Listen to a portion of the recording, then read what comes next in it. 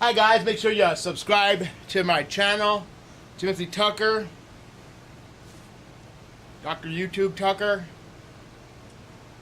Right guys, check this out. This is ultimate symbol of the American dream, a house. Homeownership is still very much the thread that stitches together the hopes of so many people in this country. But as our Pamela Brown reports, some in Philadelphia are losing their homes they worked so hard to build, and it has nothing to do with being able to pay their mortgages. I built this house with my own hands. I'm a working guy.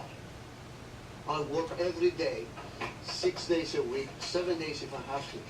For 8 years, Christos Sorvelis, who built his own painting business, I built the oven for pizza and barbecue. has also been toiling away on his family's dream house in the suburbs of Philadelphia. I was so upset, thinking somebody's gonna come over and take my house for nothing. That makes me crazy. Without warning, Sorvelis says Philadelphia police and prosecutors seized his house. I was going nuts. So what do you mean? He and his wife Markella have never been charged with a crime or even accused of any wrongdoing. Talk to us a little bit about another project you're working on.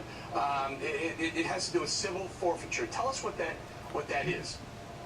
Well, basically, the government can take money from you without ever convicting you, without ever even charging you. But if police suspect your car was involved in a crime, they can take it, sell it, and in most places, pocket the proceeds to pad their budgets. In fact, the most famous U.S. attorney for doing this is Loretta Lynch. She confiscated $110 million worth of people's stuff, never tried them, never even took them to court, just kept their money. And it turns justice on its head because you're presumed to be guilty until you prove that you're innocent. ah. Are some police agencies more concerned about making money off the drugs than stopping them? Well, at the center of this months-long investigation, You'll never are stop them, laws so that yes. let officers pull you over looking for cash. Get this. They don't even have to charge you with a crime to keep your money.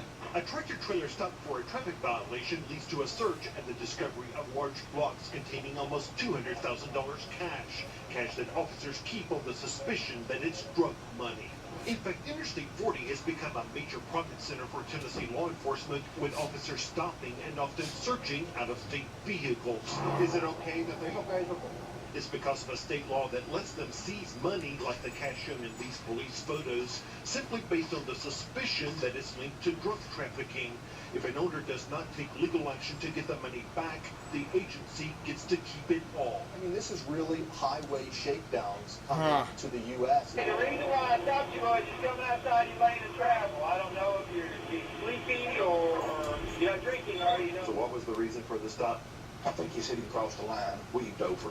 Yet our camera had been tracking that same supervisor and captured the exact moment that he put on his brakes just as he was about to pass the Texas vehicle.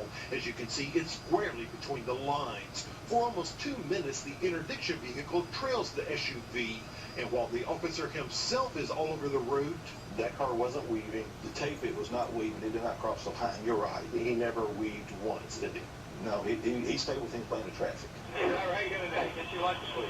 And we obtained other videos from that same 23rd Drug Task Force supervisor where he stops out-of-state drivers and never even tells them that they violated any traffic laws. Last year, the Institute for Justice issued this report, Policing for Profit, that gave Tennessee a D- for civil forfeiture laws that make it all possible. Under civil forfeiture, you give law enforcement a direct and perverse incentive to go out and try to take as much property from citizens as possible. It's a way to make money for your task force,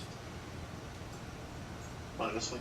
Well, you know, when you say make money, I guess it is a way for us to continue to fund our operation. What we're doing, we're taking advantage of how the laws are, to use the money to be able to put back to fight the drugs. So everything's paid through seizures and fines. So if these officers out on the interstate don't come up with cash, then they might lose their jobs. So it's a possibility, yes.